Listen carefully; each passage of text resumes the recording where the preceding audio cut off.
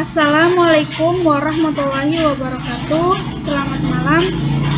Perkenalkan, nama saya Suryaningsih Jafar dari Fakultas Ekonomi, Program Studi S1 Akuntansi, kelas D.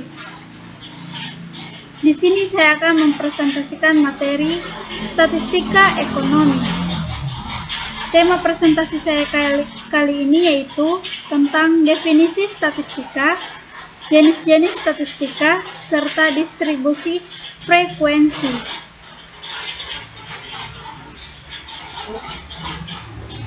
Definisi statistika atau pengertian. Statistika adalah sebuah ilmu yang mempelajari bagaimana cara merencanakan, mengumpulkan, menganalisis, lalu menginterpretasikan, dan akhirnya mempresentasikan data. Singkatnya, statistika adalah ilmu yang bersangkutan dengan data. Istilah statistika ini berbeda dengan istilah statistik. Statistik sendiri adalah suatu kumpulan angka yang tersusun lebih dari satu angka. Yang berikutnya yaitu tentang jenis-jenis statistika. Jenis statistika dibagi menjadi dua, yaitu statistika deskriptif dan statistika induktif.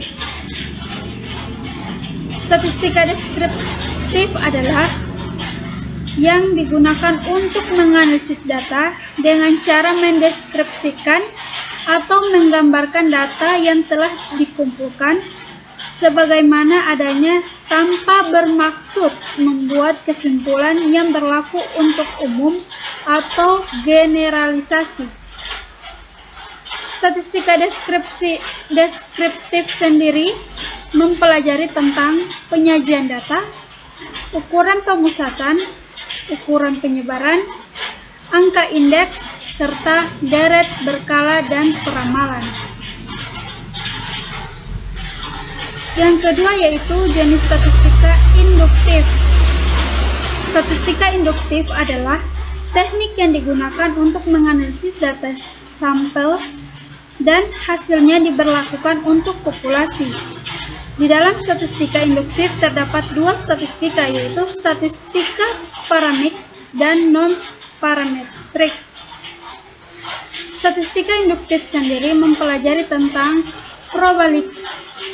probabilitas dan teori keputusan, metode sampling, teori pendugaan, pengujian hipotesis, regresi dan kolerasi, serta statistika non-parametrik.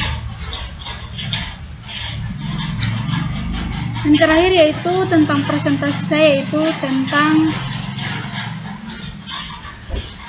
distribusi frekuensi. Pengertian Pengertian distribusi frekuensi yaitu pengelompokan data ke dalam beberapa kategori yang menunjukkan banyaknya data dalam setiap kategori.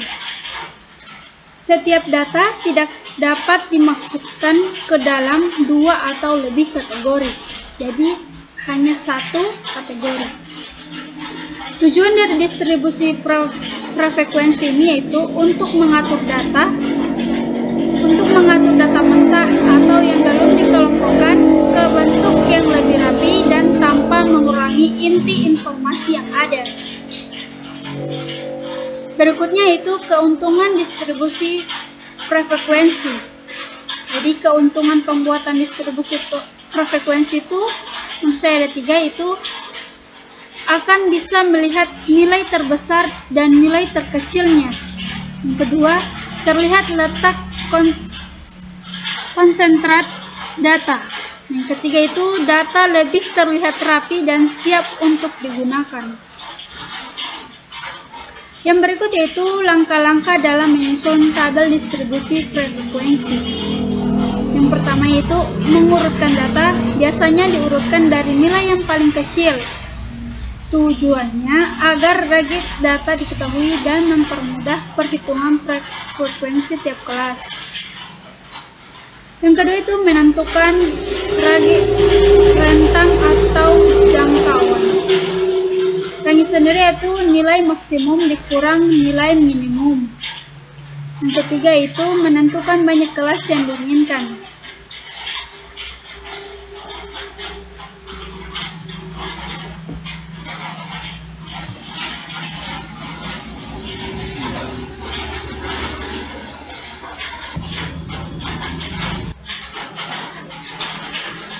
Selanjutnya itu langkah-langkah dalam menyusun tabel distribusi frekuensi.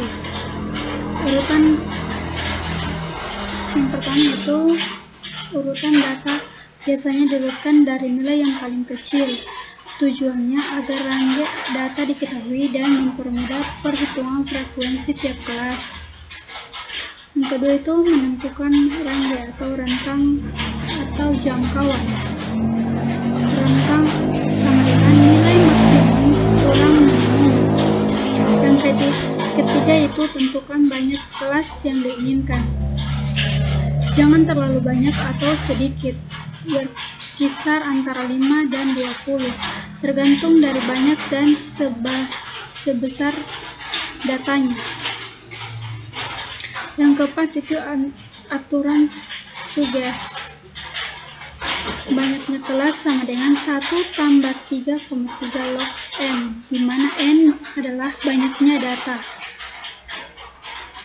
Yang kelima itu menentukan panjang atau lebar kelas interval atau P, panjang kelas.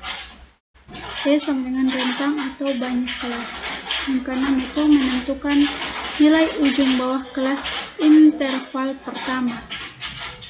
Pada saat menyusun TDF, pastikan bahwa kelas tidak tumpang tindih sehingga setiap nilai-nilai pengamatan harus masuk tepat ke dalam satu kelas. Pastikan juga bahwa tidak akan ada data pengamatan yang tertinggal atau tidak dapat dimasukkan ke dalam kelas tertentu. Cobalah untuk menggunakan lebar yang sama untuk semua kelas, meskipun kadang-kadang tidak mungkin untuk menghindari interval terbuka seperti lebih dari 91. Mungkin juga ada kelas tertentu dengan frekuensi 0. Sekian itulah presentasi saya mengenai